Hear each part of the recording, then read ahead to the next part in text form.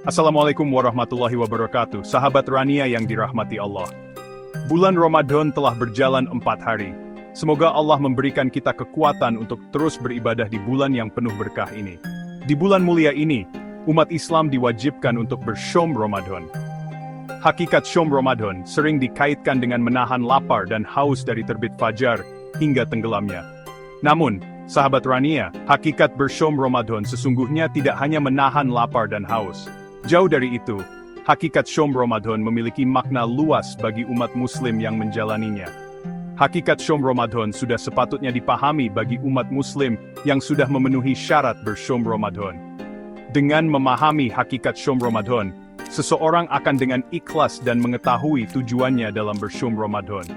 Selain itu, dengan mengetahui hakikat bersyom Ramadan, seseorang akan senantiasa menaati rukun dan sunnah syom Ramadan, sehingga syom Ramadannya dapat diterima di mata Allah SWT. Sahabat Rania, mari kita telaah lebih dalam mengenai hakikat syom Ramadan yang pertama. Hakikat syom Ramadan tertuang dalam perintah bersyom Ramadan di surat Al-Baqarah ayat 183. Allah Subhanahu wa Ta'ala berfirman, "Hai orang-orang yang beriman, diwajibkan atas kamu berpuasa sebagaimana diwajibkan atas orang-orang sebelum kamu agar kamu bertakwa." Ayat ini dengan jelas menunjukkan bahwa setiap muslim yang beriman diwajibkan untuk bersyom Ramadan. Namun, kewajiban ini bukanlah semata-mata ritual tanpa makna. Allah SWT menekankan bahwa tujuan utama dari syom Ramadan adalah untuk mencapai derajat takwa. Lalu apa sebenarnya makna takwa yang ingin dicapai melalui syom Ramadan? Takwa, sahabat Rania, adalah keadaan di mana hati senantiasa merasa diawasi oleh Allah SWT. Seorang yang bertakwa akan senantiasa menjalankan perintah Allah dan menjauhi larangannya, baik di bulan Ramadan maupun di luar Ramadan. Maka, marilah kita jadikan syom Ramadan sebagai momentum untuk meningkatkan ketakwaan kita kepada Allah SWT.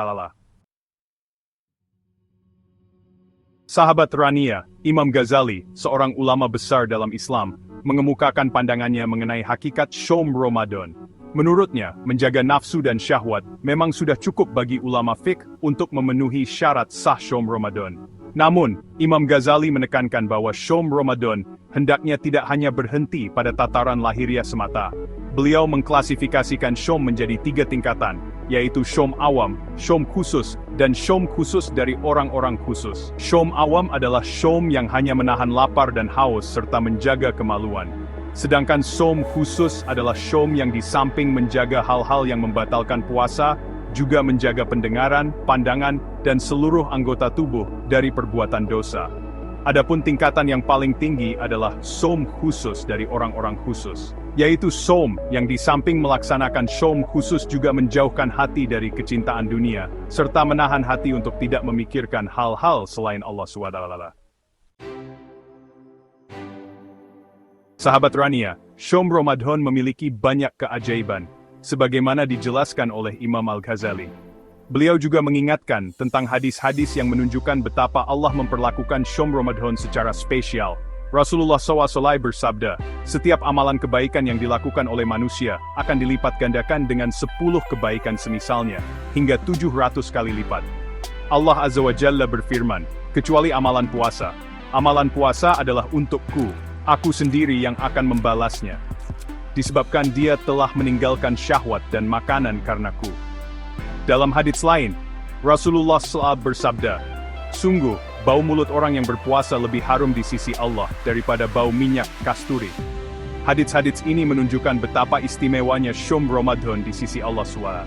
Allah SWT menjanjikan pahala yang berlipat ganda dan ampunan bagi orang-orang yang bersungguh-sungguh menunaikan ibadah puasa. Marilah kita manfaatkan bulan Ramadan ini untuk memperbanyak amalan-amalan syolih dan mendekatkan diri kepada Allah SWT. Sahabat Rania, memasuki hakikat syom Ramadan yang keempat, mari kita bahas pentingnya menjaga lisan. Bersyom Ramadan juga menjaga lisan dari perkataan tidak berfaedah, berdusta, mengumpat, fitnah, perkataan keji dan kasar, serta memprovokasi. Imam Al-Ghazali dalam kitabnya Ihya Ulumuddin menjelaskan bahwa puasa lisan itu ada tingkatannya. Tingkatan pertama adalah menahan lisan dari berbohong, ghibah, namimah, berkata keji dan kotor, dan dari berbagai perkataan sia-sia dan perdebatan yang tidak bermanfaat.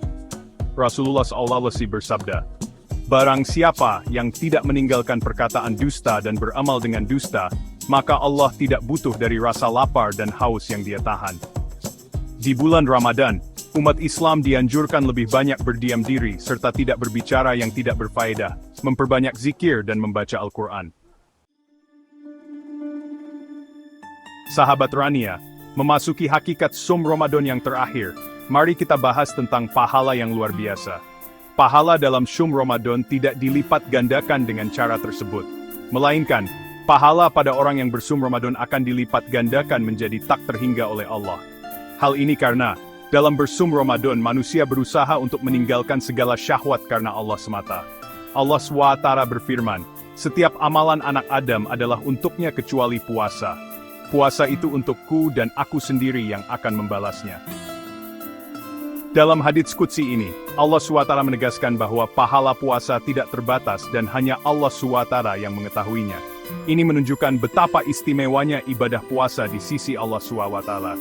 Maka marilah kita jadikan Som Ramadan sebagai momentum untuk mendekatkan diri kepada Allah SWT dan meraih pahala yang tak terhingga darinya.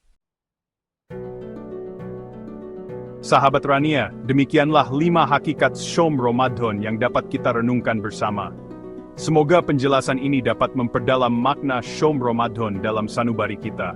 Marilah kita jadikan Som Ramadan sebagai momentum untuk meningkatkan keimanan dan ketakwaan kita kepada Allah SWT. Semoga Allah SWT menerima semua amal ibadah kita di bulan suci ini, dan menjadikan kita hamba-hamba yang senantiasa bertakwa. Wassalamualaikum warahmatullahi wabarakatuh.